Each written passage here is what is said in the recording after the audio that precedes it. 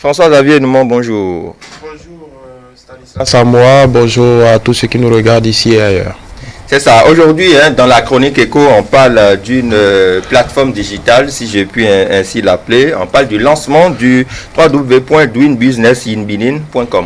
Oui, il faut dire que malgré on va pas parler de morosité, malgré ce qui nous préoccupe depuis quelques temps, c'est-à-dire la pandémie du coronavirus, la machine des réformes gouvernementales ne s'est pas arrêtée pour autant.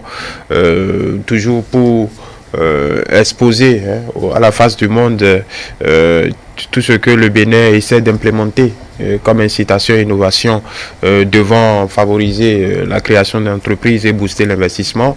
Le ministère des Finances vient de lancer ce nouveau portail, le www.doingbusinessinbenin.com, simplement pour faire la promotion de toutes ces réformes que le gouvernement s'applique à mettre en branle tous les jours. Il faut dire déjà que le Doing Business est un classement annuel promu par le FM, le Fonds monétaire international, pour apprécier un peu le degré d'ouverture de nos marchés et tout ce qu'il y a comme amélioration constante du climat des affaires. Alors ce portail, c'est pour mettre quelque peu, déjà c'est un formidable outil de promotion de la destination Bénin.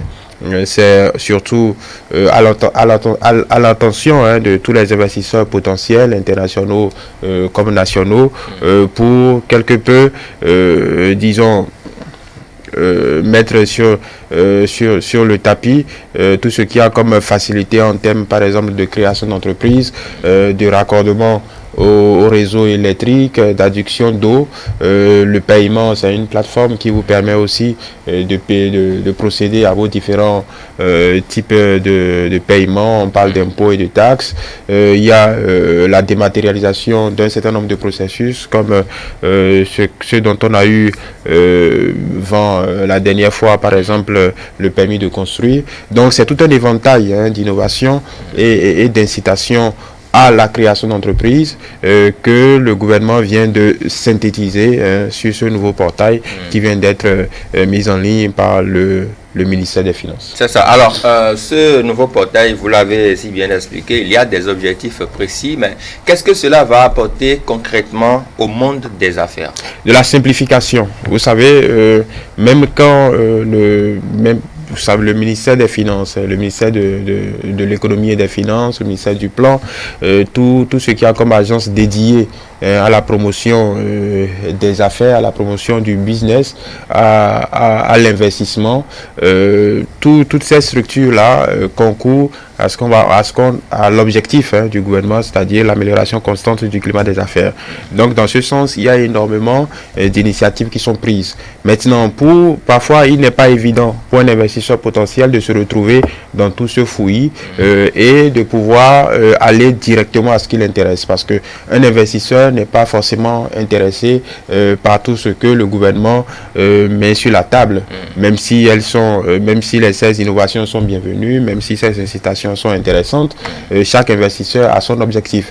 Alors, et son centre d'intérêt. Alors, ce portail permet directement d'aller à l'essentiel, de permettre à celui qui veut investir dans notre pays de savoir exactement, d'aller directement à l'information, donc de gagner du temps, et ça c'est important pour tous ceux qui sont dans les affaires, de gagner du temps, d'aller à l'essentiel et de procéder directement à son investissement ou pas. Voilà, et d'avoir des éléments comparatifs par rapport, par exemple, à ceux qui nous entourent dans notre pourtour ouest africain, qui sont nos concurrents potentiels. Donc de pouvoir comparer, de pouvoir étalonner ce qui se fait au Bénin comparativement à ce qui se fait au Togo, au Niger, ainsi de suite. Donc ça permet déjà à ceux qui sont à l'étranger, qui d'habitude doivent se rabattre sur des représentants ou des contacts ici pour avoir de plus en plus d'informations, d'aller à l'essentiel. Donc vous pouvez être dans n'importe quelle partie du globe et avoir une idée claire de ce que représente le climat des affaires, du vrai visage du climat des affaires du Bénin. Et ça pouvez vous décider en ayant les informations qui peuvent vous être utiles à votre investissement.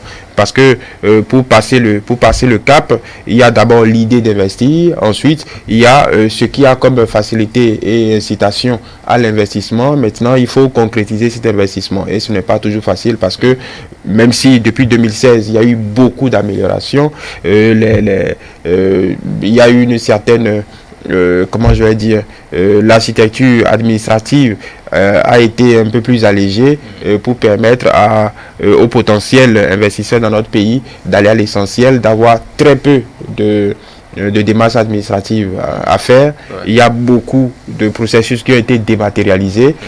Donc ça permet un gain de temps énorme et ça compte, surtout quand on parle des affaires. Donc ce portail permet à tous ceux qui sont des investisseurs potentiels d'aller un peu plus vite, d'avoir de manière synthétique toutes les informations qui pourraient leur être utiles et de pouvoir passer à l'action quand ils le décideront. Quand ils le décideront. Voilà. Mais on peut se demander pourquoi avoir attendu tout ce temps avant de lancer un tel portail qui, quand même, au vu de vos explications, à vous écouter, un portail qui est assez intéressant pour ceux qui sont dans le monde des affaires. Pourquoi avoir attendu tout ce temps? Non, ce n'est pas, comment je vais dire, c'est pas une course aux échalotes. Je pense que c'est dans le chronogramme précis de ce qu'il y a comme réforme. Donc, je pense que depuis 2016, il y a un processus d'allègement du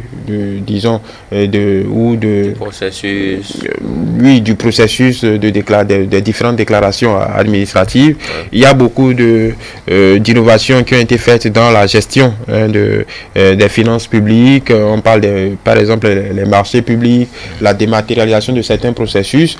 Donc aujourd'hui, on a quand même franchi certains pas importants. Donc après ça, il était important de synthétiser un peu toutes ces innovations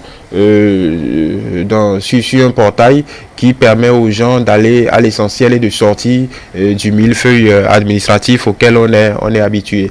Donc ce n'est pas forcément... Il y a certains pays qui ont passé ce cap-là depuis longtemps. Ce n'est qu'un outil, ce n'est qu'un outil digital, comme vous l'appelez, un outil informatique, mais il faut qu'il y ait du contenu. Donc ça ne sert à rien d'avoir un outil informatique si vous n'avez rien à y mettre. Or, nous sortons encore d'une série de réformes depuis bientôt 4 ans. Et maintenant, aujourd'hui, on peut dire quand même que beaucoup de pas ont été franchis en ce qui concerne l'amélioration du climat des affaires en général dans notre pays.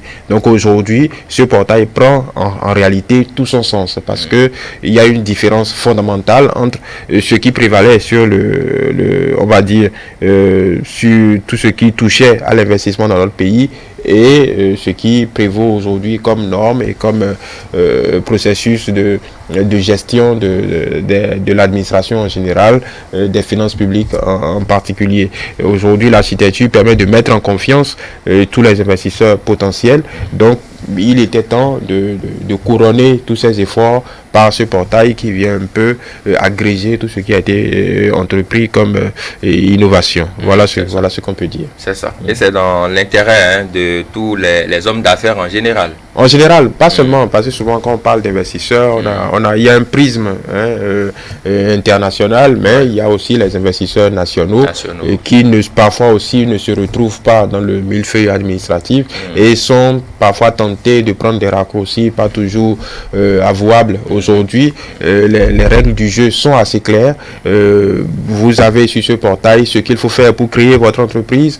Vous avez sur ce portail l'éventail des impôts et des taxes à payer, comment les payer, dans quel délai les payer, et ça permet d'aller un peu plus vite. Vous avez la liste des différentes exonérations que le gouvernement apporte, des innovations, et vous pouvez toucher du doigt toutes ces innovations en temps réel. Donc ça permet pour tous ceux qui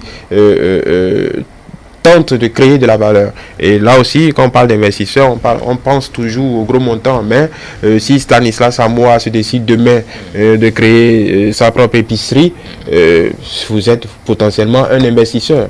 Donc il ne s'agit pas juste, c'est pas une affaire de milliards, mais si par exemple vous créez l'épicerie Stanislas Samoa, donc ça fait de vous un investisseur et ce portail pourrait vous être utile pour aller à l'essentiel. C'est ça, ce n'est pas une affaire de milliards, mais ce n'est pas une affaire de 100 000 non plus. Ou de 200 000 non plus. Vous savez, il y a beaucoup de capitaines d'industrie qui vous diront qu'ils ont commencé avec 0 francs. Donc voilà, Mais l'essentiel, c'est de mettre en branle votre idée, de pouvoir la transformer sur le terrain et de créer de la valeur. Voilà, c'est l'essentiel. D'accord. Merci beaucoup à vous, François-Xavier Noumon, de nous avoir donné plus d'amples explications sur le lancement de ce portail digital www.doingbusinessinbenin.com. Merci beaucoup. Passez une belle journée. Belle journée à vous également.